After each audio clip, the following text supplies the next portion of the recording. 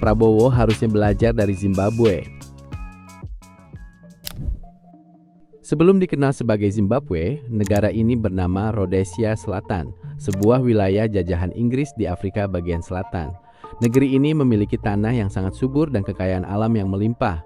Berbagai hasil pertanian seperti tembakau, jagung, dan gandum tumbuh dengan baik.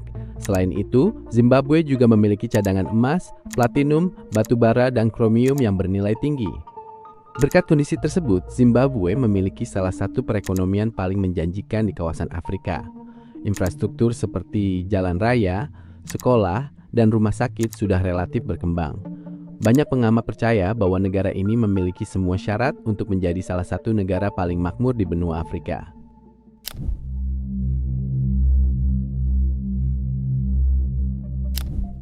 Di balik kemajuan ekonomi tersebut, terdapat ketimpangan yang besar. Pada masa kolonial, sebagian besar tanah pertanian terbaik dimiliki oleh minoritas kulit putih. Sementara itu, mayoritas penduduk kulit hitam tinggal di wilayah yang kurang subur dan memiliki kesempatan ekonomi yang lebih terbatas. Ketidakadilan inilah yang memicu perjuangan panjang menuju kemerdekaan. Banyak rakyat percaya bahwa setelah merdeka, Zimbabwe akan menjadi negara yang lebih adil, di mana kekayaan nasional dapat dinikmati oleh seluruh masyarakat.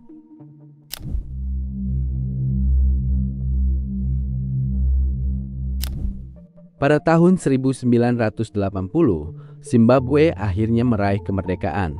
Robert Mugabe, salah satu tokoh penting dalam perjuangan melawan pemerintahan kolonial, terpilih sebagai pemimpin negara. Saat itu Mugabe dipandang sebagai pahlawan nasional yang membawa harapan besar bagi jutaan rakyat Zimbabwe yang mendambakan perubahan. Dunia internasional pun menyambut lahirnya negara baru ini dengan optimisme. Banyak orang percaya bahwa Zimbabwe akan menjadi contoh keberhasilan negara Afrika pasca kolonial.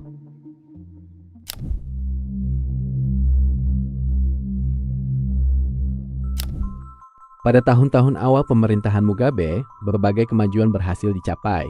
Pemerintah memperluas akses pendidikan hingga ke desa-desa terpencil. Tingkat melek huruf meningkat secara signifikan dan menjadi salah satu yang tertinggi di Afrika. Semakin banyak anak-anak yang dapat bersekolah tanpa memandang latar belakang ekonomi keluarganya. Di bidang kesehatan, fasilitas medis diperluas sehingga masyarakat memiliki akses yang lebih baik terhadap layanan kesehatan. Angka kematian bayi menurun dan kualitas hidup meningkat. Sementara itu, sektor pertanian tetap menjadi tulang punggung ekonomi. Zimbabwe dikenal sebagai salah satu penghasil pangan utama di Afrika bagian selatan. Hasil ekspor pertanian menghasilkan devisa yang besar bagi negara. Bagi banyak rakyat Zimbabwe, dekade 1980-an adalah masa penuh harapan.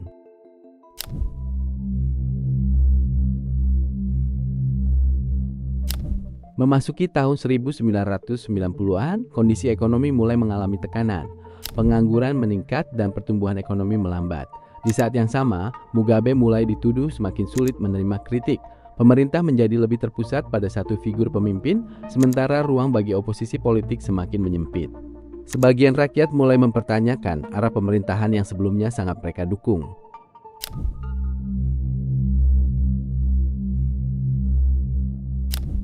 Pada akhir 1990-an, pemerintah mengambil sejumlah keputusan yang menimbulkan tekanan besar terhadap perekonomian. Salah satunya adalah pemberian kompensasi dalam jumlah besar kepada para veteran perang kemerdekaan.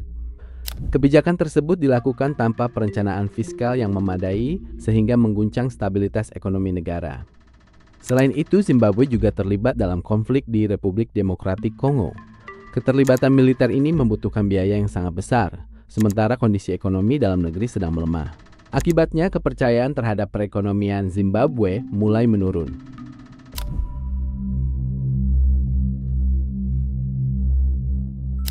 Masalah kepemilikan tanah merupakan persoalan yang telah lama diwariskan sejak masa kolonial. Banyak rakyat mendukung gagasan untuk mendistribusikan kembali lahan pertanian agar lebih adil. Namun, pelaksanaan reformasi tanah pada awal tahun 2000-an dilakukan secara tergesa-gesa dan penuh kontroversi. Banyak lahan pertanian produktif diambil alih tanpa persiapan yang memadai. Sebagian diberikan kepada pihak-pihak yang tidak memiliki pengalaman dalam mengelola pertanian berskala besar. Ada pula tuduhan bahwa sejumlah lahan jatuh ke tangan elit politik. Akibatnya, produksi pertanian nasional mengalami penurunan drastis. Padahal sektor ini selama bertahun-tahun menjadi sumber utama pendapatan negara.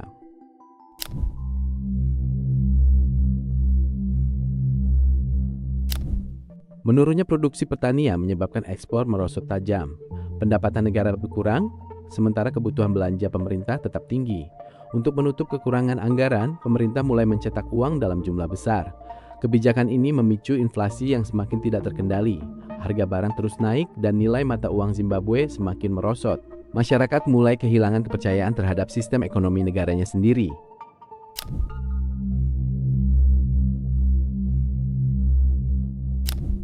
Pada puncak krisis sekitar tahun 2008, Zimbabwe mengalami salah satu hiperinflasi terburuk dalam sejarah modern.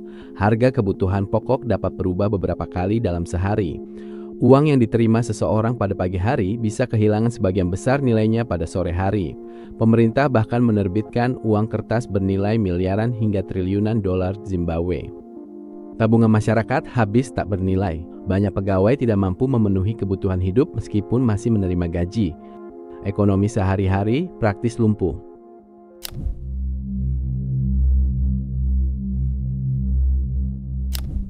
Dampak krisis dirasakan langsung oleh masyarakat biasa. Rumah sakit mengalami kekurangan obat-obatan.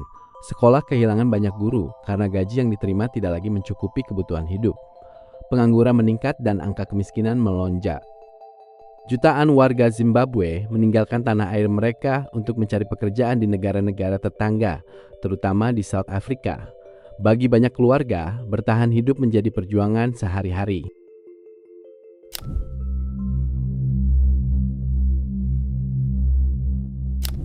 Meskipun kondisi negara terus memburuk, Robert Mugabe tetap berkuasa selama hampir 4 dekade.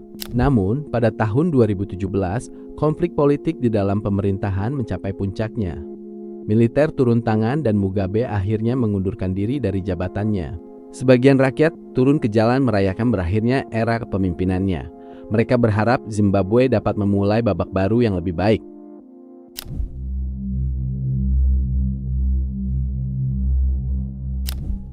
Kisah Zimbabwe menunjukkan bahwa kekayaan alam saja tidak cukup untuk menjamin kemakmuran suatu bangsa. Negara yang memiliki sumber daya melimpah tetap dapat mengalami kemunduran apabila kebijakan publik dijalankan tanpa perencanaan yang matang. Kekuasaan terlalu terpusat pada satu individu dan institusi negara tidak mampu menjalankan fungsi pengawasan dengan baik. Zimbabwe juga mengajarkan bahwa memperbaiki ketidakadilan sejarah adalah hal yang penting, tetapi proses tersebut harus dilakukan secara adil, terencana dan mempertimbangkan dampaknya terhadap kehidupan seluruh rakyat. Sejarah Zimbabwe bukan sekadar cerita tentang jatuhnya sebuah negara.